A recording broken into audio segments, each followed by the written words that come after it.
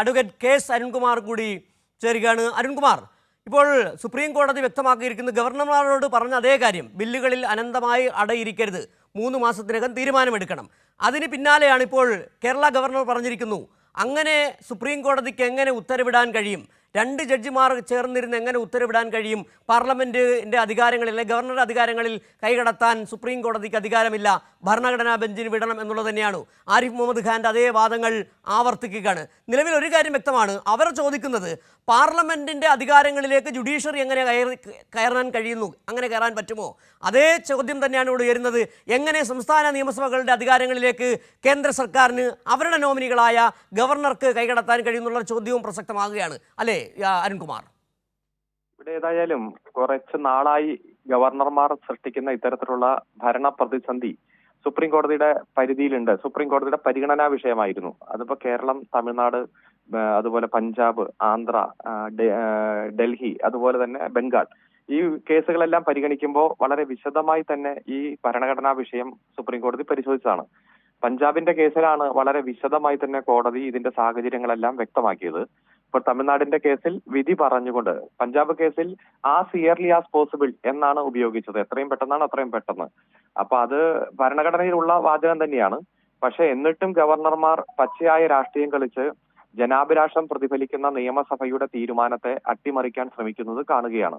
4.5 കൊല്ലമൊക്കെ ഒരു ബില്ലിൽ അടയിരിക്കുക തമിഴ്നാട്ടിൽ എന്ന് പറഞ്ഞാൽ, ഒരു ഗവൺമെന്റിന്റെ കാലാവധി തന്നെ 5 വർഷമാണ്. അതായത് ഒരു ബില്ലും പാസ്സാക്കാൻ അനുവദിക്കാത്ത ഒരു സാഹചര്യം. കേരളത്തിലാണെങ്കിൽ 2.25 കൊല്ലത്തോളം ഭൂപതിവ് പട്ടയത്തിലടക്കം കാത്തിരിക്കുന്ന സംഭവം ഉണ്ടായി. അതുകൊണ്ട് ആ ഇയർലി ആസ് പോസിബിൾ എന്നുള്ളത് ഒരു ടൈം പീരീഡ് ആയിട്ട് നിശ്ചയിക്കാൻ സുപ്രീം കോടതിക്ക് എല്ലാവിധ അധികാരങ്ങളുമുണ്ട്. കാരണം നിയമം ഇന്റർപ്രറ്റ് ചെയ്യാൻ കൃത്യമായിട്ട്, നിയമമായാലും ഭരണഘടനയിലായാലും വരുന്ന വാചകങ്ങളിൽ ഉണ്ടാകുന്ന സംശയവും കാലതാമസവും അതിനെ നെഗറ്റീവായിട്ട് ദുർവ്യാഖ്യാനം ചെയ്യുന്ന ഏത് ഇടപെടൽ വന്നാലും അതിനെ ക്ലാരിഫൈ ചെയ്യാനുള്ള അധികാരം സുപ്രീം കോടതിക്കുണ്ട്. ആ ഒരു അധികാരമാണ് സുപ്രീം കോടതി വിനിയോഗിച്ചത്. ആ ഇയർലി ആസ് പോസിബിൾ എന്ന് പറഞ്ഞിരിക്കുന്നത് 3 മാസം, 1 മാസം കൃത്യമായിട്ട് തിരിച്ചയക്കാൻ ഇത്ര, രാഷ്ട്രപതിക്ക് അയക്കുമ്പോൾ ഇത്ര, ആ തരത്തിൽ ഒരു സമയപരിധി നിശ്ചയിച്ചു. ഇപ്പോൾ അത് രാഷ്ട്രപതിക്കും കേന്ദ്ര ബില്ലിന്റെ ഭാഗമായിട്ട് ഉള്ള ഒരു വിഷയം തീരുമാനിച്ചു കൊടുത്തു. അതിലൊന്നും നിയമപരമായിട്ടൊരു പെശകുമില്ല. തങ്ങൾ രാഷ്ട്രീയ ലക്ഷ്യത്തോടെ നടത്തുന്ന ഇടപെടൽ ഇനി നടത്താൻ കഴിയില്ലല്ലോ എന്ന് ആശങ്കപ്പെടുന്നവരാണ് അത് ഈ ബെഞ്ച് പോരാ, വേറെ ബെഞ്ച്, അല്ലെങ്കിൽ ഇത് ഇത്തരത്തിലല്ലായിരുന്നു മറ്റു രൂപത്തിലാണ് വേണ്ടതെന്നൊക്കെ പറയേണ്ടത്. ഏതായാലും ഇപ്പൊ അത് ലോ ഓഫ് ദി ലാൻഡായി മാറി സുപ്രീം കോടതിയുടെ വിധി എന്ന് പറഞ്ഞാൽ. ഇനി അതിൽ അപ്പീലില്ല. ഇനി ഒറ്റ മാർഗമുള്ളത്, സമാന സാഹചര്യത്തിലുള്ള കേസുകൾ പരിഗണിക്കുമ്പോൾ ഒരേ വിഷയത്തിൽ ഒന്നിലധികം ജഡ്ജ്മെന്റ് ഉണ്ടെങ്കിൽ ആ ജഡ്ജ്മെന്റുകൾ ഒന്ന് ക്ലാരിഫൈ ചെയ്യാൻ വേണ്ടി വലിയ ബെഞ്ചിന് വിടാം, അല്ലെങ്കിൽ ഭരണഘടനാ ബെഞ്ചിന് വിടാം.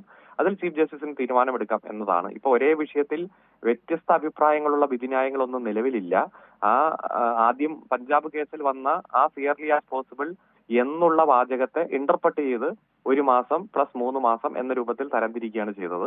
അത് നിയമപരമാണ്. ഭരണഘടനയെ ഇന്റർപ്രറ്റ് ചെയ്യുകയാണ് ചെയ്തിരിക്കുന്നത്. മുൻകാല വിധികളിൽ കുറച്ചുകൂടെ ദൃഢത വരുത്തുകയാണ് ചെയ്തത്. അതിനുള്ള എല്ലാ പവറും സുപ്രീം കോടതി. ഇപ്പോൾ ഇവർ പറയുന്ന ന്യായം, ഇത് സുപ്രീം കോടതി അല്ല ഇടപെടേണ്ടത്, സുപ്രീം കോടതി അല്ലെങ്കിൽ ഇടപെട്ടാൽ ഭരണഘടനാ ബെഞ്ചിന് വിടുക, ഭരണഘടനാ ബെഞ്ച് പരിശോധിക്കട്ടെ, അല്ലെങ്കിൽ ഭരണഘടനാ ഭേദഗതി വരുത്തട്ടെ എന്നുള്ളത്. അതായത് നിലപാടിൽ തന്നെ ഉറച്ചു നിൽക്കുകയാണ്. നേരത്തെ പറഞ്ഞതുപോലെ സംസ്ഥാന നിയമസഭകൾ അസ്ഥിരപ്പെടുത്തുന്ന നിലപാട്, യൂണിയൻ ഓഫ് സ്റ്റേറ്റ് അല്ല, ഇവിടെ യൂണിയൻ എന്ന് പറയുന്ന യൂണിയൻ നേരെ കേന്ദ്ര സർക്കാർ ഒറ്റ ഇതായി ഇരിക്കുകയും അധികാരം മുഴുവൻ കേന്ദ്രത്തിലേക്ക് കൊണ്ടുവരികയും സംസ്ഥാന നിയമസഭകളെ അസ്ഥിരപ്പെടുത്തുക, അതേ ആ ആശയം ഉൾക്കൊണ്ട് ഗവർണർമാർ നടപടി കൈക്കൊണ്ടുകൊണ്ടിരിക്കുമ്പോൾ സുപ്രീം കോടതിയിൽ പോകാതെ അല്ലാതെ മറ്റെന്ത് മാർഗമാണ് നിയമസഭകൾക്കുള്ളത്? അതിനെ അവർ ഇപ്പോൾ ഭരണഘടനാ ബെഞ്ചിലേക്ക് വിടൂ, ഭരണഘടനാ ഭേദഗതി ആകട്ടെ എന്ന തരത്തിൽ വൈകിപ്പിക്കാനുള്ള ശ്രമം നടത്തുകയും ചെയ്യുന്നു.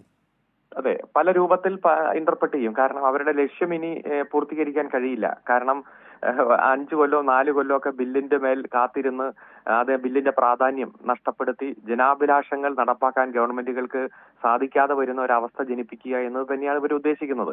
എന്നാൽ കേന്ദ്രം പാസ്സാക്കുന്ന ചില ബില്ലുകൾ നിമിഷങ്ങൾക്കുള്ളിൽ തന്നെ രാഷ്ട്രപതി അനുവാദം കൊടുക്കുന്നു. അത് പൗരത്വ നിയമമായാലും ഇപ്പൊ വഖഫ് ബില്ലായാലും അതുപോലെ മുത്തലാഖ് പരിഷ്കരണ നിയമം, അങ്ങനെ കുറെ നിയമങ്ങളുമായി, പാർലമെന്റ് കാശ്മീരിനെ കീറി മുറിച്ചതുമായി ബന്ധപ്പെട്ടുള്ള നിയമം, അത്തരത്തിലുള്ള ബില്ലുകൾ നിമിഷങ്ങൾക്കകം ഒപ്പിട്ട് നിയമമാക്കും. പക്ഷേ സംസ്ഥാന ഗവൺമെന്റുകൾ സംസ്ഥാനത്തെ ബാധിക്കുന്ന വിഷയത്തിൽ വളരെ ഗൗരവത്തോടെ ചർച്ച ചെയ്ത്, അതും നൂറ്റാണ്ടുകൾ ആയിട്ട് ആവശ്യപ്പെടുന്ന ആവശ്യം, ഇപ്പൊ ഇടുക്കിയിലെ ഭൂപതിവ് പട്ടയവുമായി ബന്ധപ്പെട്ടുകൊണ്ടെല്ലാം 10-60 കൊല്ലമായിട്ടുള്ള ജനങ്ങളുടെ ആവശ്യമാണ്.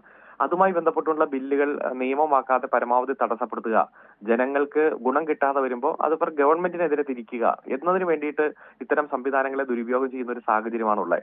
അപ്പോൾ ഇതിൽ സുപ്രീം കോടതിയുടെ വിധി വന്ന് ആ വിധി അംഗീകരിച്ച് അതനുസരിച്ച് ബില്ലുകൾ പാസ്സാക്കുകയും ഇപ്പോൾ 10 ബില്ലുകൾ ഇനി ഗവർണറുടെ അനുവാദം വേണ്ട പാസ്സായതായി പ്രഖ്യാപിക്കുക എന്നെല്ലാം ഉള്ളത് സുപ്രധാനമായിട്ടുള്ള ഒരു ഇടപെടലാണ് സുപ്രീം കോടതിയുടെ. നമ്മുടെ ജനാധിപത്യത്തിൽ വിശ്വസിക്കുന്ന നമ്മളെ സംബന്ധിച്ചിടത്തോളം ഭൂരിപക്ഷത്തിന്റെ അടിസ്ഥാനത്തിൽ ജനങ്ങളെ വിഭജിക്കാനും എതിർ ശബ്ദങ്ങളെ ഇല്ലാതാക്കാനും ക്രൂരമായിട്ടുള്ള അടിച്ചമർത്തൽ നടത്താനും ഇവിടെ ഭരണത്തിന് നേതൃത്വം കൊടുക്കുന്നവർ നടത്തുന്ന ശ്രമം, ആ ശ്രമത്തിനെയെല്ലാം ഇവിടെ ജുഡീഷ്യൽ സംവിധാനം വളരെ ഗൗരവത്തോടെയാണ് കാണുന്നത്. ജനങ്ങളുടെ പ്രതീക്ഷ ജനാധിപത്യത്തെ ഊട്ടിയുറപ്പിക്കാൻ, അതുപോലെ ഫെഡറലിസവും മതനിരപേക്ഷതയും എല്ലാം കാത്തു സൂക്ഷിക്കാൻ ജുഡീഷ്യൽ സമ്പ്രദായം എത്രയധികം ഇടപെടുന്നു എന്നതിന്റെ ഏറ്റവും വലിയ പ്രതിജ്ഞാബദ്ധരാണ് എന്നതിന്റെ ഏറ്റവും വലിയ തെളിവാണ് ഇപ്പോൾ പുറത്തു വന്നത്.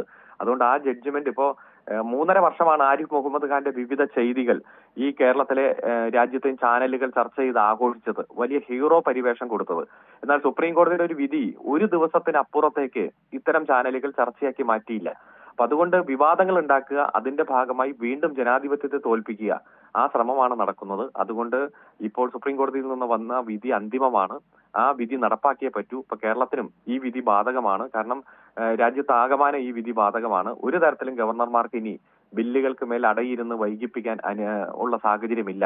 അപ്പൊ അതുകൊണ്ട് കേരളത്തിന്റെ പുതിയ ഗവർണർ നടത്തിയിരിക്കുന്ന ഇന്റർപ്രിട്ടേഷൻ എല്ലാം നിലനിൽക്കുന്നതല്ല.